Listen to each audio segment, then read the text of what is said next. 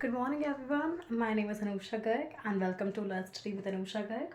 आज हम लोग psychology class 12 chapter 1 variations in psychological attributes का एक थॉरो रिवीजन कह लीजिए या फिर एक्सप्लेनेशन करेंगे, जिसमें I will be doing till theories of intelligence, जिसमें I will covering theory of multiple intelligence, triarchic theory, planning attention, PASS model and all. And जो हमारा सेकेंड वीडियो आएगा उसमें I will covering individual differences से लेकर creativity तक.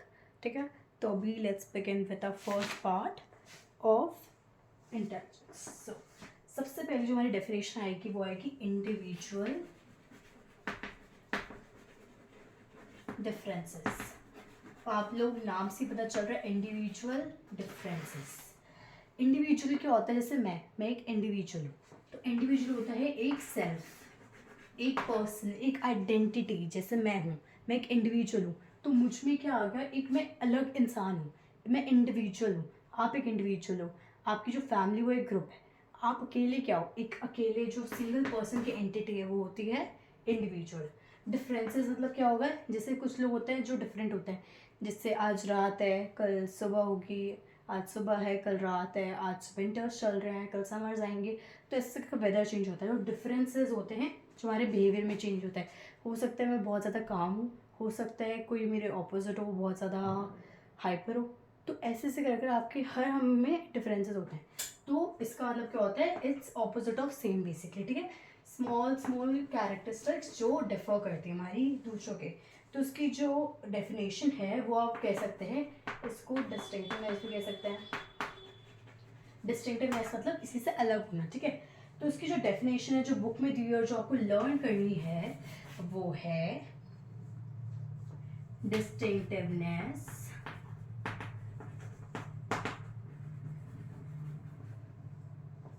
and variations among people's characteristics and behavior patterns. तो ये आपकी बहुत बेसिक सी इंडिविजुअल डिफरेंसेस की डेफिनेशन कवर हो गई है. ये जो हमारा था फर्स्ट पार्ट था, जो हमारे फर्स्ट पेज पे दिया हुआ है इंडिविजुअल डिफरेंसेस. ठीक है, तो इंडिविजुअल डिफरेंसेस क्या होते हैं? एक सेल्फ के डिफरेंसेस. अब इसकी हम डेफिनेशन एक बार रिवाइज कर लेते हैं. मेरे साथ बोलेगा, individuals differences refer to distinctiveness and variations among peoples characteristics and behavior patterns. Individual differences refer to a person's refers to distinctiveness and variation among people's pattern of behavior and thoughts. ठीक है, characteristics, thoughts. ठीक है, तो ये हमारा individual differences आ गया. अब आता है हमारा सिचुएशनिज्म. सिचुएशनिज्म जो इसी पेज में दिया हुआ है उसका मतलब होता है सिचुएशनिज्म. मतलब से पता चल रहा है कुछ? सिचुएशन जो हम वर्ड्स को सेपरेट करें. सिचुएशन मतलब कोई सिचुएशन. अभी मैं आपको पढ़ा रही हूँ एक सिचुएशन है. ठीक है, इज्म जब भी लग जाता है वो एक आइडियोलॉजी आ जाती है. ठीक है, तो आइडियोलॉजी या फिर कुछ कह लीजिए, आइडिया कह लीजिए आप. एक आइडिया एंड सिचुएशन आइडिया, ये होता है सिचुएशनिज्म का. हम सेपरेट अगर मीनिंग वाइज करें. ठीक है, अब सिचुएशनिज्म की जो डेफिनेशन वो है, हाँ, situation and circumstances in which a person is there and how they behave in that. क्योंकि किसी भी इंसान को जैसे सपोज कर ली मैं हूँ, मुझे किसी जगह पे डाल दिया गया, एक बहुत कोल्ड सी जगह है एंड मुझे वहाँ पे वो कर दिया गया. तो जो सिचुएशन है उसके हिसाब से जो मेरा बिहेवियर होगा, जो सिचुएशन वो मेरा इन्फ्लुएंस करेगी बिहेवियर को. हो सकता है बहुत ज़्यादा काम हो नेचर में, पर जब मुझे वो ठंडी सी जगह दे दिया जाएगा, मेरे पास कुछ खाने को नहीं होगा, तो मैं थोड़ी सी हाइपर से हो जाऊँगी कि मुझे कुछ चाहिए वो चाहिए. तो आपकी जो सिचुएशन होती है वो आपको बिहेवियर को क्या कर देती है? अफेक्ट कर देती है. तो वो तुम्हारा सिचुएशन इज्म. ठीक है, दूसरा कॉन्सेप्ट आपका क्लियर हो गया. ठीक है, अब जो हमारा तीसरा कॉन्सेप्ट आता है वो आता है असेसमेंट. इस चैप्टर के नाम से ही पता चल रहा है वेरिएशंस इन साइकोलॉजिकल एट्रीब्यूट्स.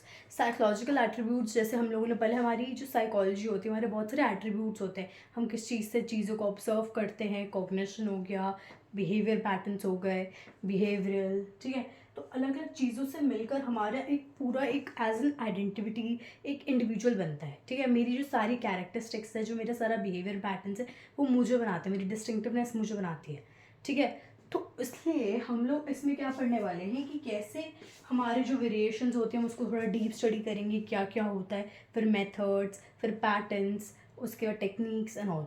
तो इट्स अ इजी चैप्टर, बस थोड़ा कॉन्सेप्चुअल बेस्ड है और आपको कॉन्सेप्ट, ठीक है। आप ये देखिए कि हमेशा ह्यूमैनिटीज़ में होती है 3 चीज़ें नेसेसरी। फर्स्ट होता है कॉन्सेप्ट। अगर आपको कॉन्सेप्ट आता है, pol science, history, everything will be dam, ठीक है। कॉन्सेप्ट फर्स्ट चीज़ होती है। उसके बाद होती है लर्निंग, क्योंकि लर्निंग बहुत ज़्यादा इंपॉर्टेंट होती है कि हमें लर्न करना ही करना है। और लर्निंग में आपको जो टेक्निक्स है वो है पॉइंटर्स बनाने की। मुझे भी बहुत बार लर्निंग में प्रॉब्लम हो रही है आजकल, जैसे I am also in 12th। तो मैं क्या करती हूँ, मैं जस्ट से एक लाइन है सिचुएशनिज्म की, उसमें 2-3 कीवर्ड्स लेती हूँ। जो सिचुएशनिज्म में क्या है, पीपल, प्लेस्ड, इन्फ्लुएंस, बिहेवियर, ठीक है। तो इसमें मुझे समझ आता है सिचुएशन और वर्ड्स को तोड़ना सीखो थोड़ा। सिचुएशनिज्म है तो सिचुएशन को अलग, इज्म को अलग। इज्म जब भी लग जाता है मतलब कोई आइडियोलॉजी रिप्रेजेंट करे, कोई आइडिया रिप्रेजेंट करे, और सिचुएशन मतलब जिसमें हमें प्लेस करा जा रहा है, ठीक है। तो लर्निंग होता है। और थर्ड होता है हमारी रिटन प्रैक्टिस, राइटिंग। आपको अगर आप ये 3 चीज़ें प्रैक्टिस कर लेते हो तो आपका आ जाएगा। तो कॉन्सेप्ट में क्या होता है, आपको एक बेसिक आउटलाइन पता होना चाहिए चैप्टर का। जैसे यही वाला चैप्टर है, आपको एक बेसिक आउटलाइन पता होना चाहिए, समरी कह लो आप इसको, कि एक समरी पता होनी चाहिए हमें कि हम इसमें क्या पढ़ने वाले हैं, हम क्या पढ़ेंगे, क्या है पूरे चैप्टर में। या जैसे इसमें अब क्या आएगा, थ्योरीज क्या आएगी, किसने दी, अल्फ्रेड बेनेट ने क्या कहा इंटेलिजेंस की डेफिनेशन। तो एक पूरा ना थ्योरेटिकल पार्ट बन जाता है। फिर जो लर्निंग आती है उसमें आपको पॉइंटर्स, डेट्स, इंपॉर्टेंट डेट्स, जैसे फर्स्ट लैबोरेटरी कब हुई थी, लीप्जिग जर्मनी में कब हुई थी, उसकी डेट। तो इंपॉर्टेंट जो चीज़ें होती है ना वो पॉइंटर्स में लर्न कर लो, फिर एलैबोरेट करके खुद लिख लो। और जो राइटिंग होती है, रिटन प्रैक्टिस, बिकॉज हमारा एग्ज़ाम 3 घंटे को होगा, हम एक रिटन प्रैक्टिस CUT देंगे, हम एक राइटिंग की हैबिट होनी चाहिए कि हम लिख कर देख ले। टाइमिंग, और हाँ टाइमिंग, तो अब इसमें राइटिंग में टाइमिंग भी ऐड कर दीजिए। राइटिंग हम किस लिए कर रहे हैं, टाइमिंग के लिए, हमारी टाइमिंग एकदम ठीक आ जाए। हम पॉइंटर्स को किस किस हिसाब से लिख रहे हैं, 3 मार्कर के आंसर में कितने पेजेस में लिखना है, कितने वर्ड्स में लिखना है, 2 मार्कर के हिसाब से। तो ये जो 3 चीज़ें होती है ह्यूमैनिटीज़ की बेसिक चीज़ें होती है जो सबको आनी ही आनी चाहिए। तो अगर आपको ह्यूमैनिटीज़ में अच्छा स्कोर करना है, या मुझे भी अच्छा स्कोर करना है, तो हमें 3 चीज़ें रोज़ प्रैक्टिस करनी होगी। आज आपको एक टेक्निक भी बताती हूँ रिविजन की, जो मैंने अभी कुछ दिनों पहले ही स्टडी करी थी। इसको मैं बताती हूँ आपको।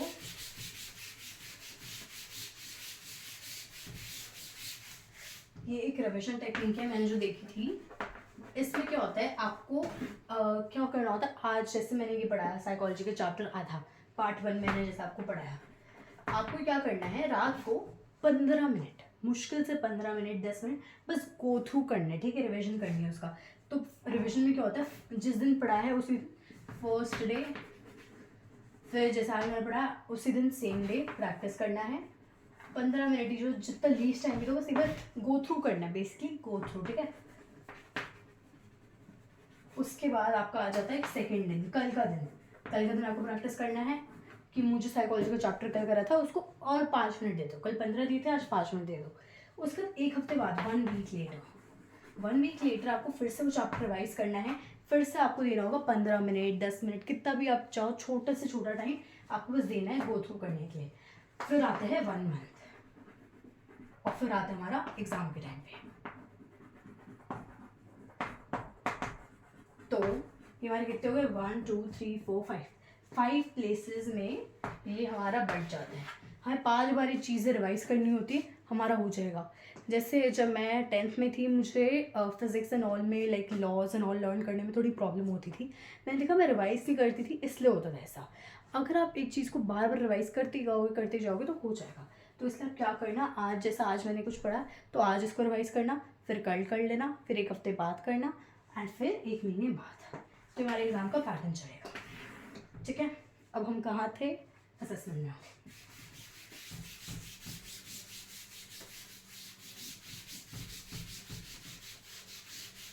पहले हम इंडिविजुअल डिफरेंसेस और सिचुएशनिज्म की डेफिनेशन एक बार रिवाइज कर लेते हैं।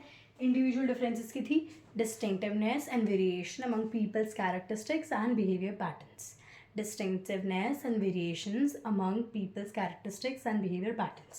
Situationism की, in which a person is a situation in which a person is placed influences one's behavior. Situation and circumstances in which one is placed influences one's behaviour, ठीक है। Situation. तुम्हारा assessment जो assessment होता है वो एक बहुत इंपॉर्टेंट टॉपिक है, बिकॉज इसकी सब कैटेगरीज भी हम पढ़ने वाले हैं, ठीक है।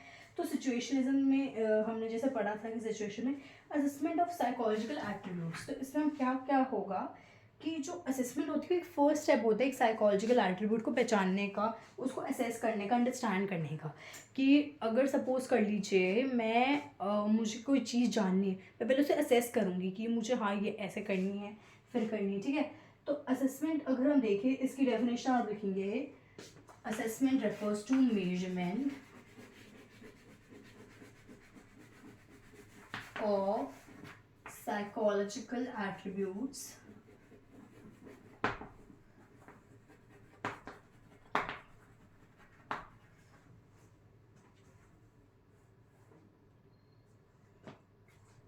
using multiple methods.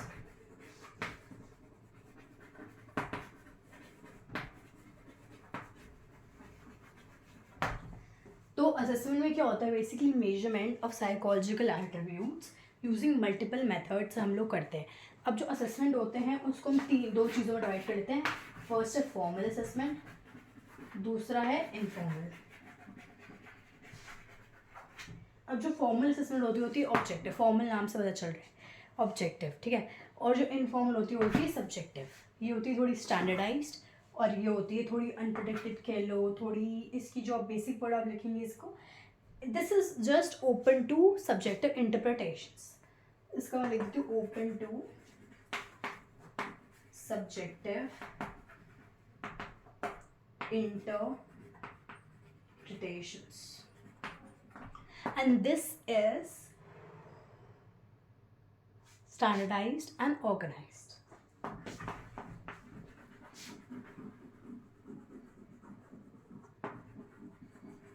आज थोड़ा मेरी राइटिंग में एक्सक्यूज़ करना, आज थोड़ा वो चौक के से मेरे हाथ में एक्चुअली दर्द है थोड़ा सा, तो कल I will write in board, तब आपको थोड़ा क्लियर हो जाएगा। तो ये जो मेन चीज़ थी ये हमने पढ़ी, ठीक है। असेसमेंट क्या होती है, ये क्या होता है, ये क्या होता है, ठीक है।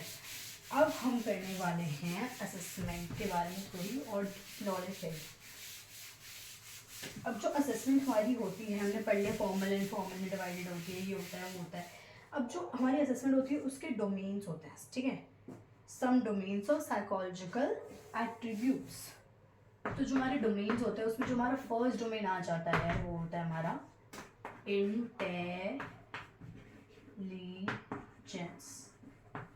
ठीक है। जो हमारा फर्स्ट डोमेन आ जाता है वो आ जाता है इंटेलिजेंस। अब जो इंटेलिजेंस होता है उसमें हमारा एक इसकी जो डेफिनेशन जो बुक में दी हुई है पेज नंबर आपके 3 पे, वही आपको लर्न करनी है, एग्जाम में वही लिखनी है। और अगर आपसे किसी मेजर उसकी पूछेगी अल्फ्रेड बिनेट ने क्या बोला था या फिर जॉर्ज स्टर्नबर्ग ने क्या बोला था, तो आपको लिखनी है कि ये थी गार्डनर की डेफिनेशन क्या थी। पर वैसे आपको जो डेफिनेशन ये वाली लिखनी है, it is the global capacity to understand the world, think rationally and use available resources effectively, ठीक है। अब हम 2 मिनट का ब्रेक लेते हैं, मैं पानी पी कर आई और I may be change the board. Hi, मैंने बोर्ड चेंज कर लिया अपना, ठीक है। तो आई गेस हमारी थोड़ी और अच्छे से हो जाएगी स्टडी, ठीक है। तो हम डोमेन्स कर रहे थे। डोमेन्स में हमारा फर्स्ट आता है इंटेलिजेंस, सेकंड आता है एप्टीट्यूड,